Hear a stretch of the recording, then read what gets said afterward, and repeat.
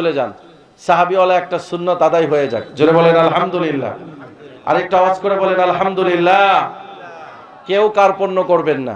ইয়াদুল্লাহি মালআ, আল্লাহর হাত ভরা। আল্লাহকে যত হাত ভরে ভরে দিবেন, আল্লাহও তত আপনাকে হাত ভরে ভরে দিবেন। সুবহানাল্লাহ করেন।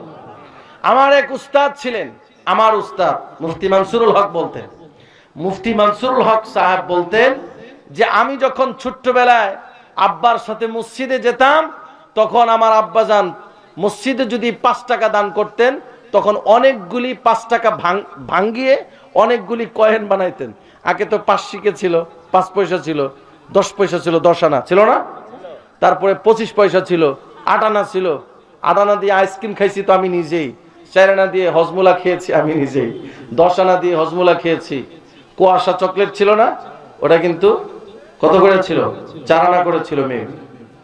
তাহলে এই যে দেখেন, আমার আব্বাজান যখন আমাকে নিয়ে মসজিদে জুমার দিন যেতেন, আগেই তিনি 5 টাকা দান করলে 5 টাকাকে কয়েনে পরিণত করে 1 মুঠ করে নিয়ে আসতেন, আর ওই টাকাটা আমাকে দিয়ে বাবা দান করাতেন, আর বলতেন আল্লাহকে ভরে ভরে দাও, আল্লাহ তোমাকে দুনিয়া ভরে ভরে দিবে।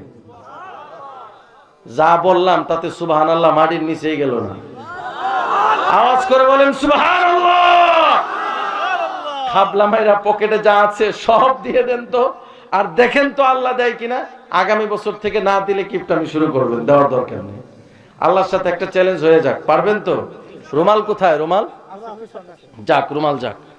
জি, কিছু চিঠি চিঠি আসছে, ফাঁকে ফুঁকি কিছু করে যাই।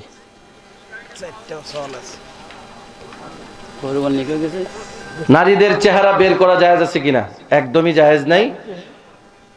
এর প্রমাণ হচ্ছে ওয়ালা ইউবদিনা জিনাতাহুন্না ইল্লা মা যাহারা মিনহা। নারী তার সৌন্দর্য প্রকাশ করবে না, তবে যেগুলি নরমালি প্রকাশ হয়ে যায় ওগুলি প্রকাশ করতে পারবে। নারী কি প্রকাশ করতে পারবে? খুব ভালো করে শুনেন, নারী তার চেহারা বের করতে পারবে কিনা, অর্থাৎ মুখে হিজাব লাগাইতে হবে কিনা, হাত মোজা পা মোজা পড়তে হবে কিনা, এর জবাব আল্লাহ পাক সূরাতুন নূরে দিয়েছেন, ওয়ালা ইউবদিনা জিনাতাহুন্না ইল্লা মা যাহারা মিনহা। নারী তার সৌন্দর্যের কোনো অংশই প্রকাশ করবে না, তবে যেটা জহের হয়ে যায়। এবার জহের হয়ে যায় কি? খুব ভালো করে শুনুন। রুমাল নেই, রুমাল নেই প্রত্যেকের কাছে যাই, হাতে যা আছে সব বের করে দেই। তো যেটা প্রকাশ হয়ে যায় ওইটা দেখাইতে পারবে। এখন ওইটা কি খেয়াল করেন। ইবনে মাসউদ বলেন সেটা হলো আর রিদা ওয়া সিয়াব। বুরকার উপরের যে কভার আছে, কভার, বুরকার উপরে কভার পড়ে না, হিজাব পড়ে না, হিজাবের উপর আর বুরকার উপরের অংশ দেখানো যাবে। কেন? আমি শরীর ঢাকতে সে কাপড় পরেছে, কাপড় ঢাকতে সে বুরকা হিজাব পরেছে।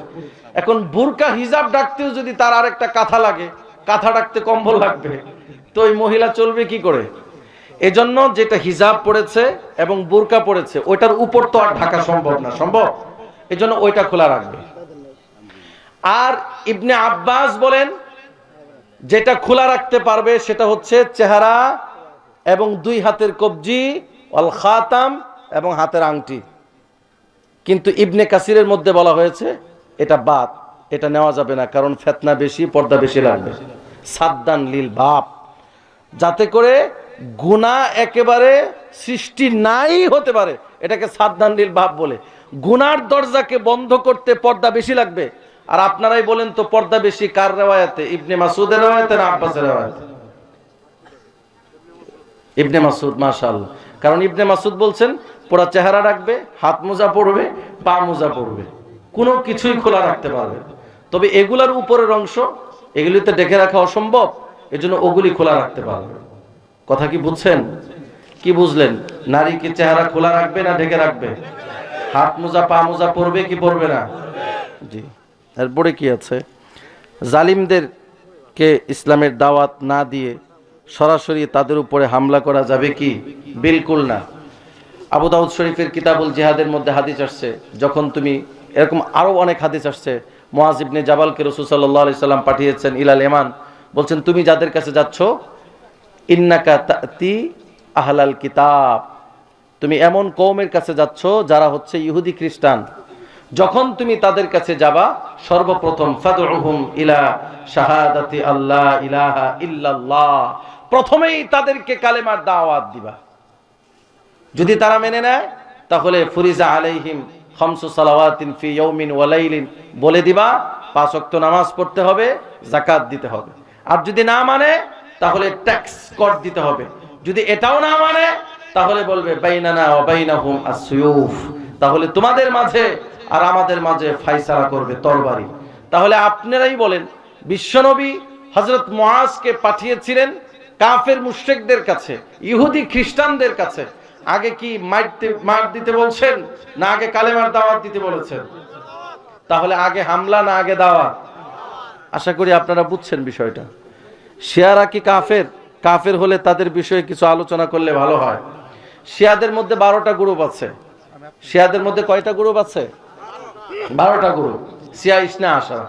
এর মধ্য থেকে একটা গ্রুপ শুধু কাফের মুশরিক, আর 11টা গ্রুপ এরা মুসলিম কিন্তু বেদাতি, দাল্লা, গুমরা। যেই শিয়াদের যে গ্রুপটা কাফের, তাদের 1-2টা আকীদার কথা বলি। তারা বলে যে আল্লাহ যখন নবুয়ত পাঠিয়েছিলেন তখন আসলে পাঠাইছিলেন আলীর কাছে দিতে। জিব্রাইল তখন ভুল কইরা চলে গেছে মুহাম্মদের কাছে। এটা আল্লাহর একটা দারুণ মিস্টেক। মেবি আল্লাহ তখন ঘুমাইতেছিলেন, এই জন্য বিষয়টা টের পান নাই। যখন উঠলেন ওইটা দেখেন সর্বনাশ হয়ে গেছে। দাওয়াত দিছিলাম রেসালাত একজনের কাছে, চলে গেছে আরেকজনের কাছে। যারা এই আকীদা পোষণ করে তারা কাফের। এমনকি শিয়াদের মধ্য থেকে এই গ্রুপটা আকীদা পোষণ করে যে বিশ্বনবী সাল্লাল্লাহু আলাইহি সাল্লামের ইন্তেকালের পরে এই গোটা ইসলামী খেলাফতের একমাত্র হকদার হযরত আলী। এই জন্য জোর করে খেলাফত ছিনতাই করেছিলেন হযরত আবু বকর। হযরত আবু বকর কাফের, হযরত ওমর, হযরত ওমর কাফের, হযরত উসমান, হযরত উসমানও কাফের। এই 3 সাহাবী এবং শাইখাইনকে যারা কাফের বলে বিশ্বনবীর রিসালাতকে ভুল করে আলীর কাছে পাঠানো হয়েছে, মুহাম্মদের কাছে পাঠানো হয়েছে। রিসালাত আসার কথা ছিল আলীর কাছে। এই মত যে সকল গ্রুপ পোষণ করে ওই সকল শিয়া কেবলমাত্র কাফের, আর বাকি যারা আছে তারা গোমরা। বুঝতে পারছেন তো না? বুঝেন নাই? এরপরে কি পুরুষের কাছে পিতামাতা বড় না স্ত্রী বড়? পুরুষের কাছে স্ত্রী বড় না মা বাবা বড়? পেঁচ লাগাইয়া দিছেন এই প্রশ্নে।